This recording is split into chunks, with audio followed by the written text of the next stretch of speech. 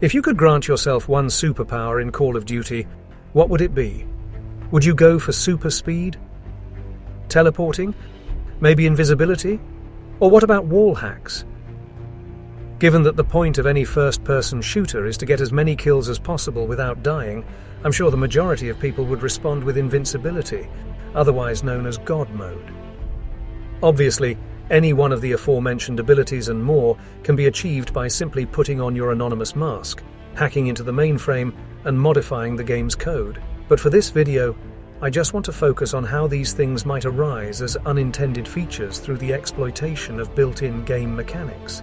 More specifically, I would like to answer the question, how is it that in Modern Warfare 3 and COD Ghosts, an oversight in the programming logic allows us to achieve the one thing we should never be able to do?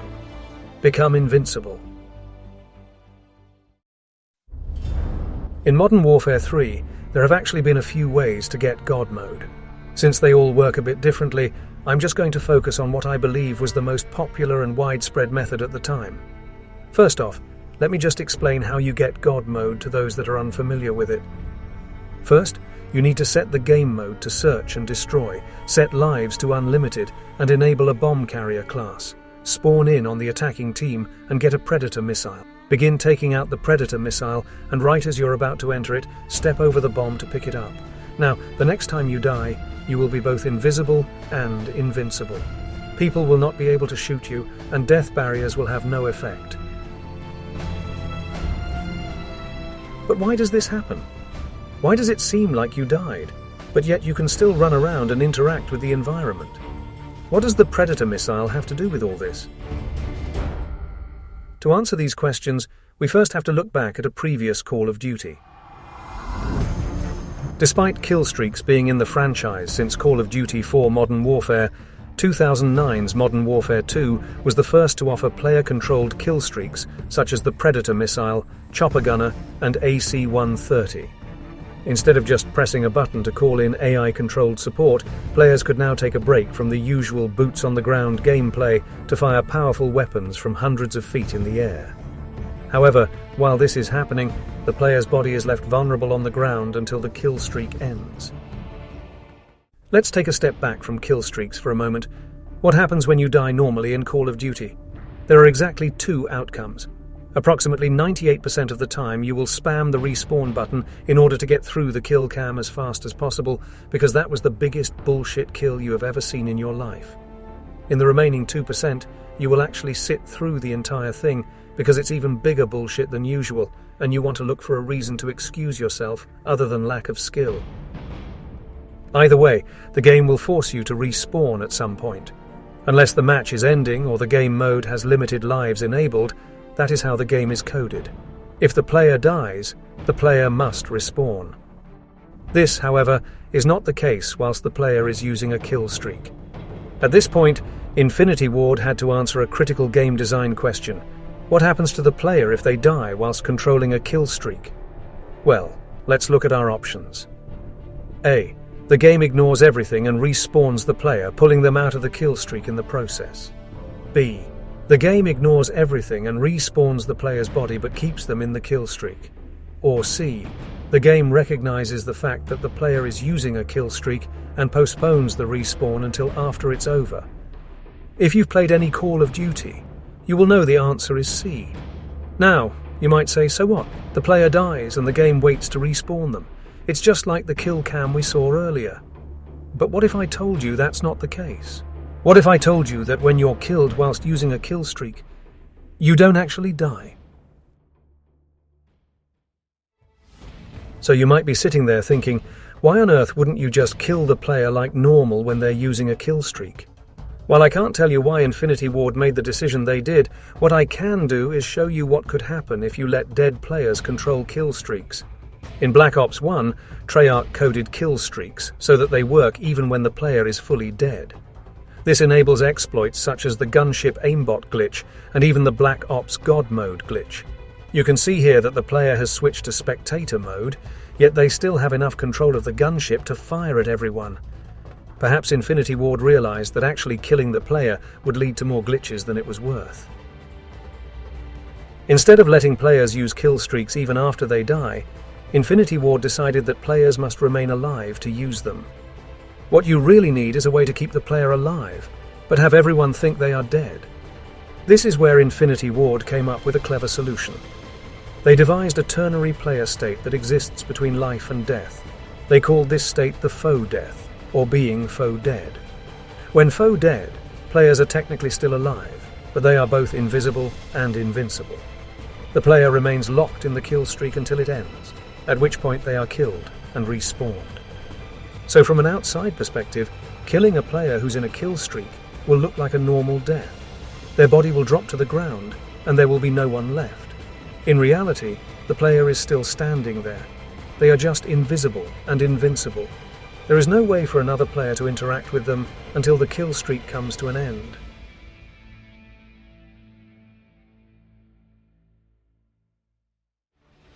We previously posed intriguing questions about Modern Warfare 3.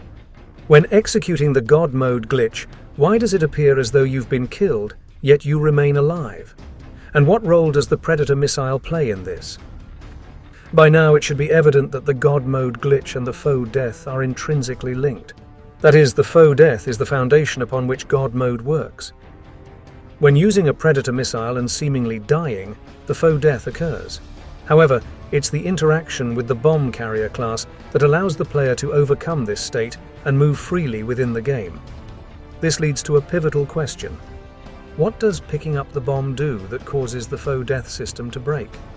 To fully understand this, we must first delve into what goes on behind the scenes when the player uses a kill streak. The normal life cycle of a Predator missile can be categorized into 3 distinct stages.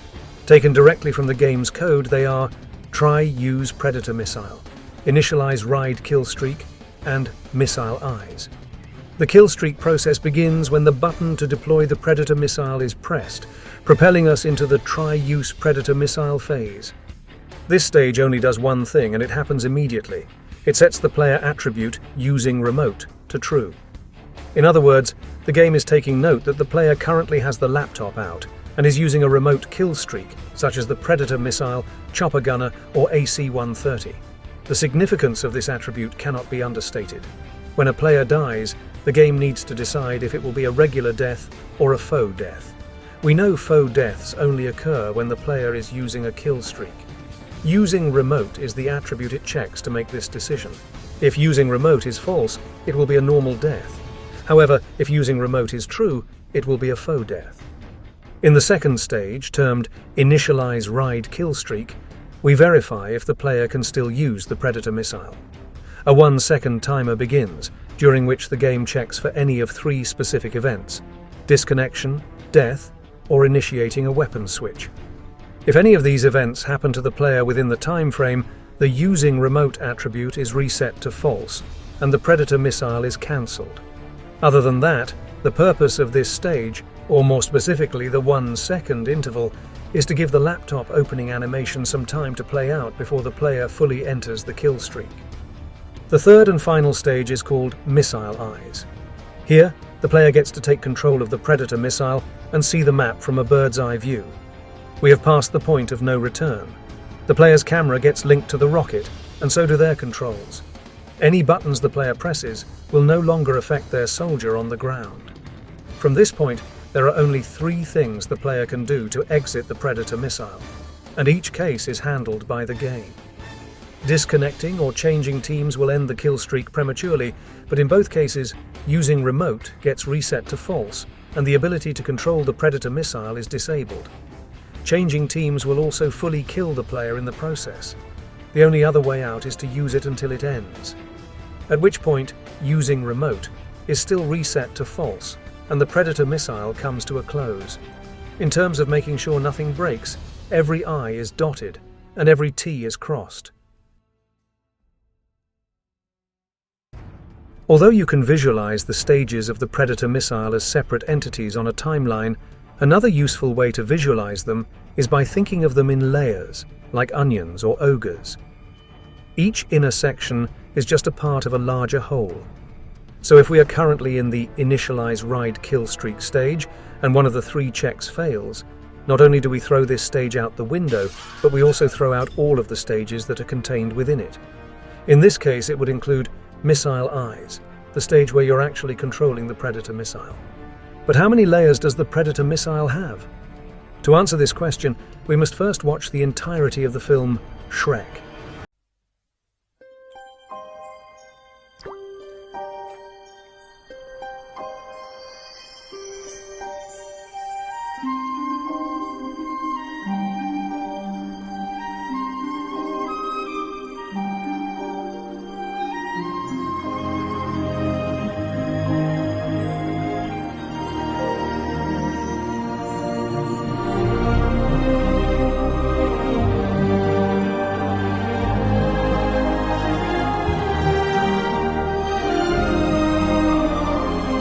Actually, never mind.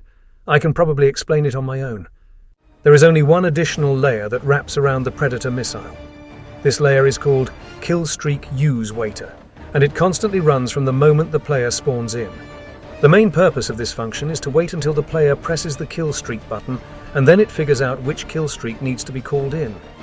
However, the most important part of Killstreak Use Waiter is that only one instance of it can exist per player. Furthermore, newer instances will always be prioritized over older ones. This effectively means that the player can only use one kill streak at a time. What this also means is that any kill streak the player is using will be completely wiped if they respawn, because the new instance of Killstreak Use Waiter will overwrite the old one. As stated previously, due to the layered nature, any stages within the one being tossed out will also be tossed along with it. So what's the problem? During the development of Modern Warfare 2, when these mechanics were being created, Infinity Ward did so under the assumption that every time a player respawns, it means they must have died first. Because of this, every check the game makes to safely exit the Predator missile relies solely on checking if the player has died, not if they have respawned. So what would happen if there was a way to respawn without dying?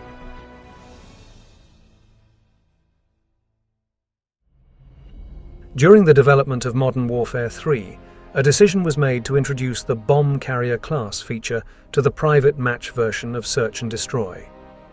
When a player picks up the bomb, their class and loadout are altered temporarily to one configured within the pre-game lobby settings. This feature works similarly to how the Try-Use Predator missile function is triggered when activating a kill streak. When a player steps over the bomb, the Apply Bomb Carrier class function is initiated. This function essentially tells the game to switch the player's loadout the next time they spawn. To apply this change immediately, the game respawns the player at their current location with the new class. One might wonder why the developers chose to respawn the player to change their loadout, especially when everyone's favorite perk from Modern Warfare 2 could adjust the loadout without a respawn. The answer might lie in the evolved game mechanics of Modern Warfare 3. Unlike its predecessor, where kill streaks were stacked and players could only activate the most recent one, Modern Warfare 3 allows players to choose their desired kill streak.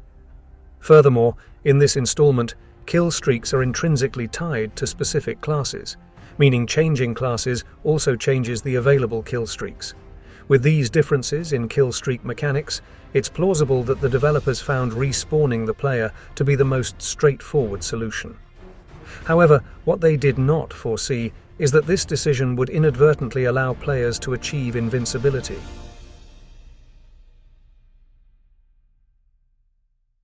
At this point, we have all of the prerequisite knowledge needed to piece together how the God Mode glitch works.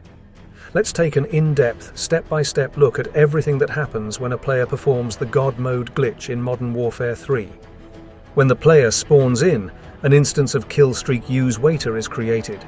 We know that every time a player spawns in, a new instance of this function is generated. Any previous instance, as well as its entire contents, is tossed out the window. After earning a Predator missile, the Use Killstreak button is pressed, and the player begins walking towards the bomb. This propels us into the first stage of the Predator missile life cycle, Try Use Predator Missile. Immediately the player property, Using Remote, is set to true. We know this is what decides if the player will have a normal or foe death. Next, The function Initialize Ride Killstreak is called. Since it's a part of the Predator missile, we will add it inside Try Use Predator Missile. A 1-second timer begins, during which the game checks for any of 3 specific events: disconnection, death, or initiating a weapon switch. If any of these events happen to the player within the time frame, the Using Remote attribute will be reset to false. At this precise moment within the 1-second interval, the player steps over the bomb, triggering the Apply Bomb Carrier class function. The new loadout is primed, and the player respawns at their current position. Because the player has respawned, all of the code that comes with that is run. A new instance of Killstreak Use Waiter shows up, and Thanos snaps the old one out of existence. Get the fuck out of here! Everything within the original instance is gone, and the Predator missile is cancelled. Since we have exited the Predator missile without triggering any of the 3 events, the player attribute, Using Remote, remains set to true. The next time the player dies, the game will check the Using Remote property, see that it is true, and force the player into a faux death. However, because the Predator missile was cancelled, the player isn't locked into the kill streak like they usually are. They are free to run around and shoot at other people. The player has achieved the one thing you should never be able to do in Call of Duty. They have become invincible.